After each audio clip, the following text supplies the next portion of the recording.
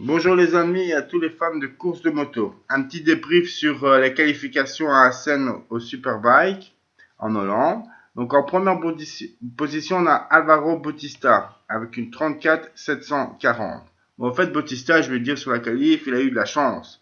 Il a eu de la chance parce que toute la qualif, il a roulé, il n'était pas dans les avant-postes, il se promenait 6e, 7e, 4e, 3e. Il est là, il est fort, il est là, mais on voit que c'est pas un circuit qu'il apprécie. Peut-être parce que la Ducati elle a moins de tours minutes, ou parce que c'est pas un circuit qu'il est très fort, enfin peu importe. Mais il a eu la pole position, vous savez pourquoi? Parce qu'il a eu une chute. Et ça a été la chute de Toprak.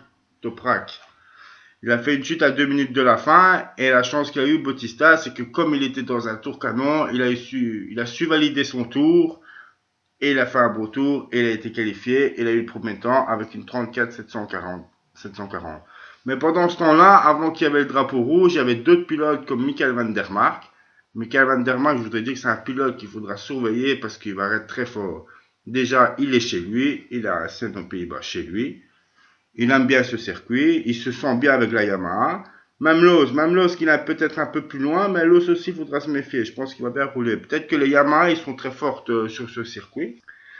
Donc en deuxième position, on a Van der Mark qui n'est pas très loin, mais en fait, comme il a eu le drapeau rouge, il aurait pu être en pole position. Mais malheureusement, comme il a eu le drapeau rouge, il n'a pas été en pole position.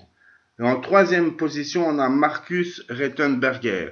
Alors ça, avec la BMW, ben c'est vraiment plus qu'une progression, c'est une belle performance. Je trouve en troisième position avec la BMW, il n'a jamais fait ça. Mais aussi, enfin, il était très fort. Hein. Je l'ai vu rouler dans les qualifs. Plusieurs fois, il était dans les avant-postes. Et là, il a su terminer troisième. Avant qu'il y avait le drapeau rouge, il a amélioré des secteurs et tout ça. Mais il n'a pas su valider son tour final. Mais il fait quand même la troisième position.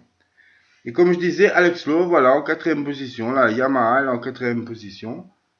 En cinquième position, on a Léon Aslam.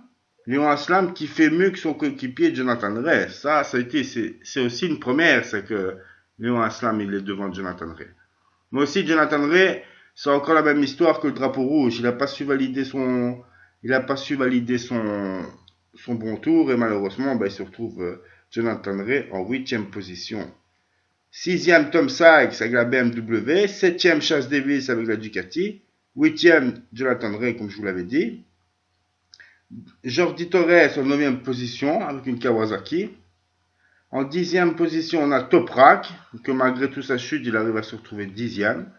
En 11e position, on a Leon Camir avec la Honda. Sandro Cortese en 12e position. 13e, Laverty. 14e, Hector Barbera. Ouais, j'ai bien dit Hector Barbera, c'est vrai, il est en Superbike. Donc, je ne sais pas s'il va continuer son année en Superbike, mais il roule en Superbike pour l'instant. On a Alessandro Del Bianco avec son Honda, Kionari 16e place, Melandri, grosse déception, 17e place, avant-dernier, et 18e Rinaldi. Voilà, je vous ai tout dit pour les qualifs. Alors j'enchaîne tout de suite avec les Super Sports. Au Super Sport, il a eu Luca Mayas qui fait une belle performance avec la Kawasaki. En fait, la Kawasaki, j'ai entendu sur Eurosport, donc j'ai regardé un petit peu sur Eurosport, que la Kawasaki elle a 5 à 7 chevaux en moins que les Yamaha. C'est quand même 5 à 7 chevaux pour une moto en 2 roues, c'est quand même beaucoup, je trouve. Ça, je ne savais pas. Hein. Donc Luca Mayas, il va avoir du mal. Mais c'est quand même pas un circuit avec des longues lignes droites comme il y avait à Buriram. La longue ligne droite, il n'y a pas ça à Seine. Hein. Donc il va pouvoir se battre et un petit peu plus rivaliser. Et en fait, il a fait une chute. Luca Mayas, il a fait une chute, c'est dommage. Et enfin, non, il a pas fait une chute. Sa moto, elle a perdu de l'huile, donc il a laissé une belle trace d'huile sur la piste. Et d'autres pilotes ont fait des chutes comme Okubo, son coéquipier à Luca Mayas, Rafael Di Rosa qui est sur la MV Agusta, Perolari et Perolari. C'est quand même des gros bras, quoi. C'est quand même des bons pilotes pour le Super Sport qui se tombaient.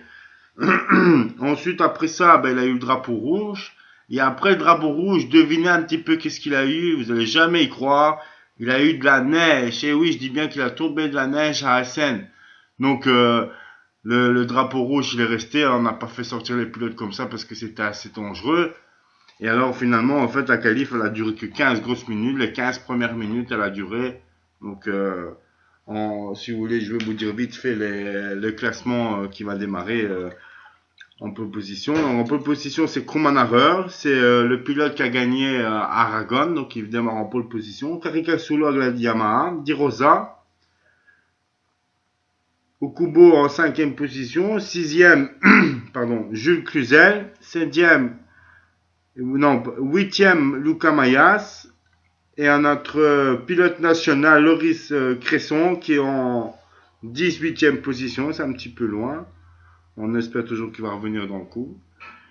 Et voilà, je vous dis tout pour les super sports. Merci, à bientôt, ciao ciao. Et si vous avez aimé, faites un petit pouce.